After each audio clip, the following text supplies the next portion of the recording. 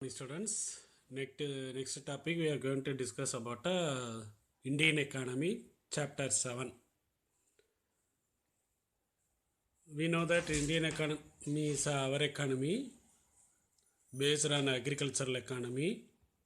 For that, Sundar Pichai, the CEO of Google, he gave a quotation like India will be a global player in the digital economy.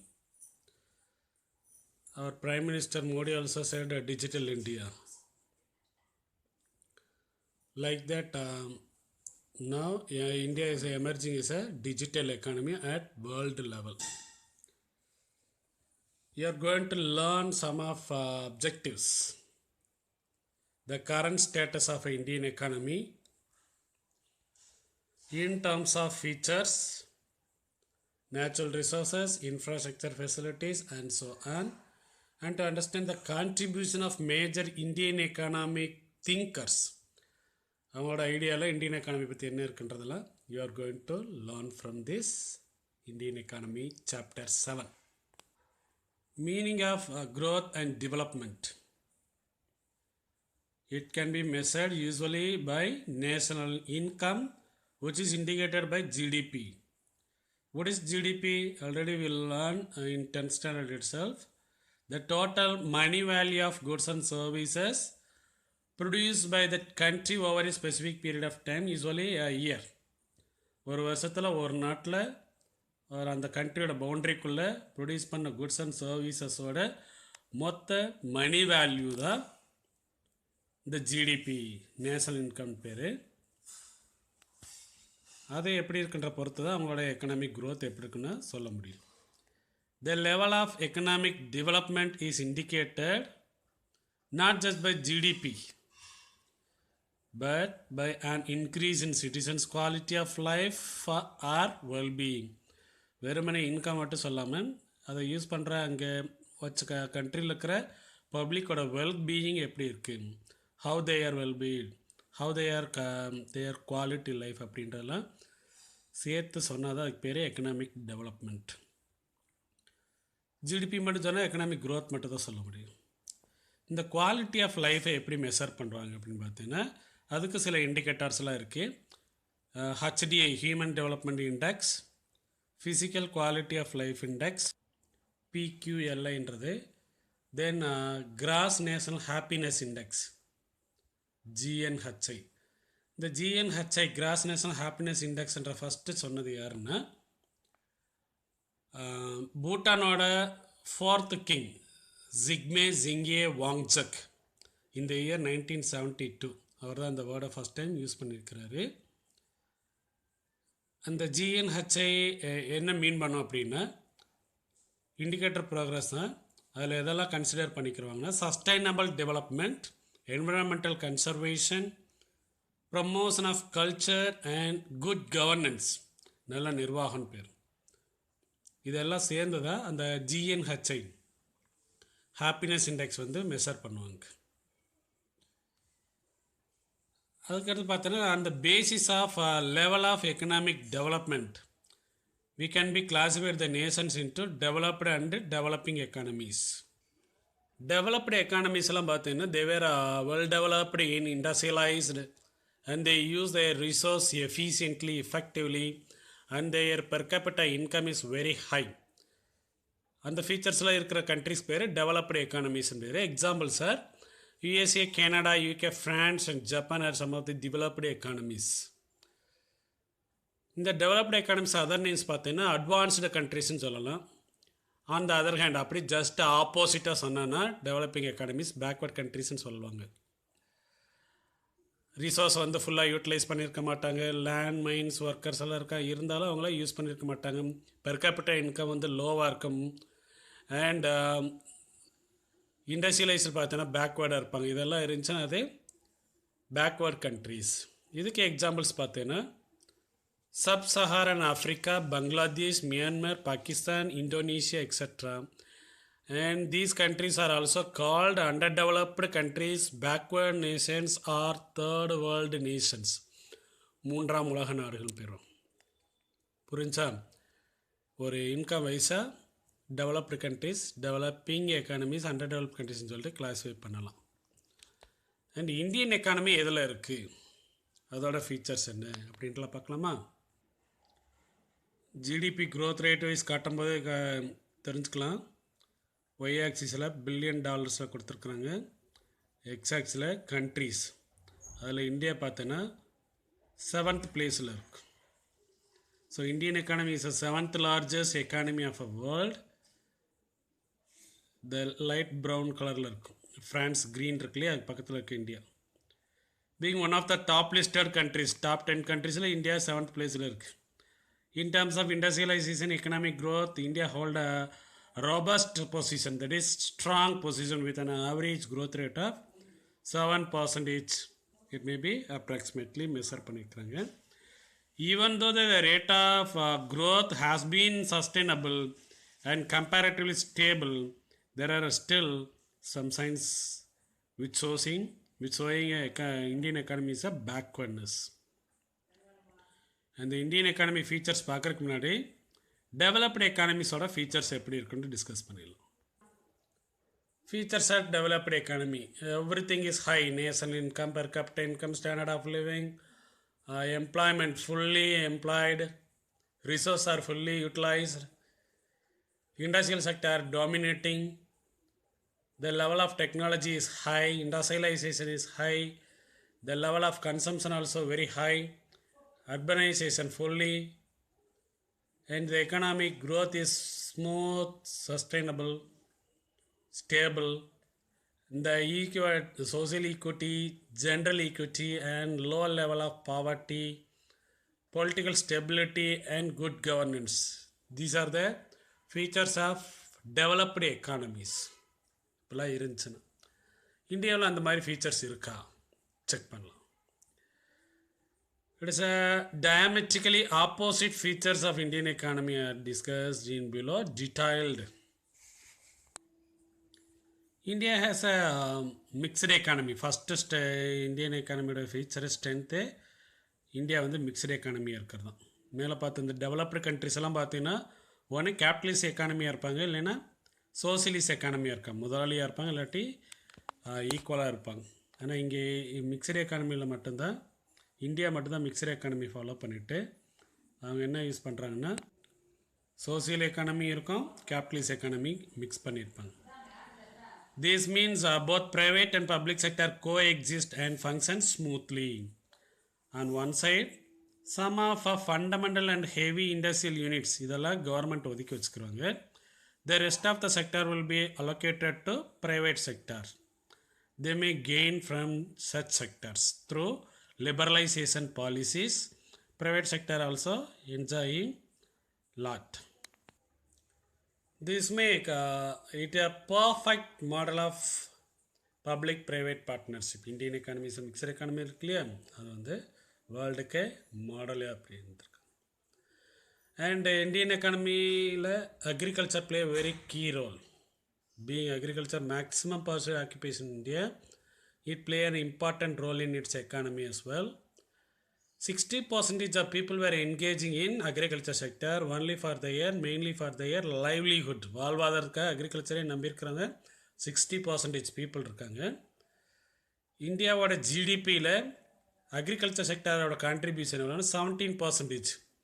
இது பார்த்தோன்னா 1950 அந்த freedom வாங்கும்போது பார்த்தோன்னா 60%, 60க்கு மேலே இருக்குது. இது இப்போ அப்படியே குறைஞ்சிட்டே வந்துருச்சு. க்ரீன் ரெவல்யூஷன், எவர் க்ரீன் ரெவல்யூஷன், இன்வென்ஷன் இன் பயோடெக்னாலஜி, இதெல்லாம் பார்த்தீங்கன்னா அக்ரிகல்ச்சரில் நம்ம சர்ப்ளஸ் ப்ரொடக்ஷன் அளவுக்கு ரீச் ஆயாச்சு. 70s அந்த ரேஞ்சிலெல்லாம் பார்த்து 1970s பார்த்தீங்கன்னா பஞ்சம் நாடு ஃபுல்லாக. ஒரு வேளை சோத்துக்கு ஒரு வாரத்துக்கு மட்டும் தான் ஃபுட் இருக்குது, நம்ம அடுத்த கண்ட்ரி டிபெண்ட் பண்ணியிருந்தோம். ஆனால் இப்போ மேக்ஸிமம் கண்ட்ரிஸ்க்கு நம்ம எக்ஸ்போர்ட் பண்ணுற அளவுக்கு டெவலப் ஆகிட்டு இந்த க்ரீன் ரெவல்யூஷன்ஸ் பயோடெக்னாலஜி டெவலப்மெண்ட்டால். And the export of agriculture products, fruits, vegetables, spices, vegetable oils, tobacco, animal skin extra இதெல்லாம் அக்ரிகல்ச்சர் செக்டர்லேருந்து எக்ஸ்போர்ட் பண்ணிகிட்ருக்கோம். And these also add foreign exchange earnings through international trading. Indian market பார்த்தோன்னா an emerging market, vibrant economy, sustaining stable GDP growth rate, even in the midst of global down trend, வேர்ல்டே down ட்ரெண்டாக போயிட்டு இருக்கும்போது India வந்து stand பண்ணி நின்னாங்க. This has attracted நிறைய foreign countries, FDI, foreign direct investment, foreign institutional investment எல்லாம் இந்தியாவுக்கு வர ஆரம்பிச்சிச்சு. இந்தியன் எக்கானமி வந்து ஸ்ட்ராங்காக இருக்குது, வேர்ல்டே மோசமாக இருக்கும்போது இந்தியன் எக்கானமி ஸ்ட்ராங்காக இருக்குன்னு வந்தாங்க. And India has a high potential for prospective growth. This also make it an emerging market for the world. அப்போ இந்தியா G20 கண்ட்ரீஸ்லேயும் இருக்குது. 9th கொடுத்துருக்காங்க இல்லையா. India also emerging a top economic giants among the world economy. 7th position in terms of GDP. Purchasing power parity அப்படின்ற பார்த்தோன்னா third பிளேஸில் இருக்குது. As a result, rapid economic growth, Indian economy has a place among G20 countries. மேலே சொன்ன அந்த ரெண்டு ரீசனால் ஜிடிபிலையும் பிபிபிலையும் India strong பொசிஷனில் இருக்கனால இந்த வேர்ல்டு டாப் கண்ட்ரிஸ் இருக்காங்களே அதில் ஒவ்வொரு மெம்பர் கண்ட்ரி தான் இந்தியாவும் இருக்குது. And fast growing economy. Indian economy is well known for high and sustained growth. They emerged as a world's fastest growing economy in the year 2016-17 with growth rate of 7.1%. இது சைனாவோட அடுத்த இடத்துல India இருக்குது. And fast growing service sector. சைனாவுக்கு அடுத்தபடியாக இருக்கிறா India தான் இருக்குது. ஹையஸ்ட் நம்பர் ஆஃப் இன்டர்நெட் யூசர்ஸில் பார்த்தீங்கன்னா சைனாவுக்கு அடுத்தபடியாக இந்தியா இருக்குது. Fast growing service sector. The service sector contribute a lion's share of GDP in India. There has been a high rise growth in the technical sectors like information technology, BPO, business process outsourcing. நிறைய foreign companies எல்லாம் இந்தியாவுக்கு தான் அந்த ஆர்டர்லாம் கொடுக்குறாங்க. இங்கேருந்து எல்லா சர்வீஸும் செஞ்சு கொடுப்பாங்க. அந்த நைட் டைம் ஜாப்லாம் இருக்கு இல்லையா, அது ஐடியில். These sectors have contributed to the growth of economy, and these emerging service sectors have helped the country India go global and help in spreading its branches around the world. அந்த அளவுக்கு India develop ஆகிருக்கு service செக்டரில். அதான் அந்த agriculture second strength பார்த்ததுல agriculture 17%. அந்த பிளேஸில் தான் இந்த சர்வீஸ் செக்டர் 1950 இருந்துச்சு. இப்போ அப்படியே ரெண்டு ஜஸ்ட் ஆப்போசிட்டாக மாறிடுச்சு. அடுத்து லார்ஜ் டொமஸ்டிக் கன்சம்ஷன். எவ்வளோ குட்ஸ் அண்ட் சர்வீஸ் ப்ரொடியூஸ் பண்ணாலும் அத்தனையுமே விற்று தீர்த்தர முடியுது. அவ்வளோ பாப்புலேஷன் கன்சம்ஷன் இன்க்ரீஸ் ஆயிடுச்சு. With a fast growth rate in the economy, the standard of living has improved a lot. இந்தியாவில் நிறைய பேர் பூவர்னு சொல்லுவாங்க, இருந்தாலும் நிறைய ஃபாரின்லலாம் போய் நிறைய சம்பாதிக்கிறாங்க. இன்கம் எல்லாம் இன்க்ரீஸ் ஆகிட்டு இருக்குது. கன்சம்ஷன் ட்ரெமண்டஸ் க்ரோத், ரொம்ப ஃபாஸ்ட்டாக இன்க்ரீஸ் ஆகிருக்கு.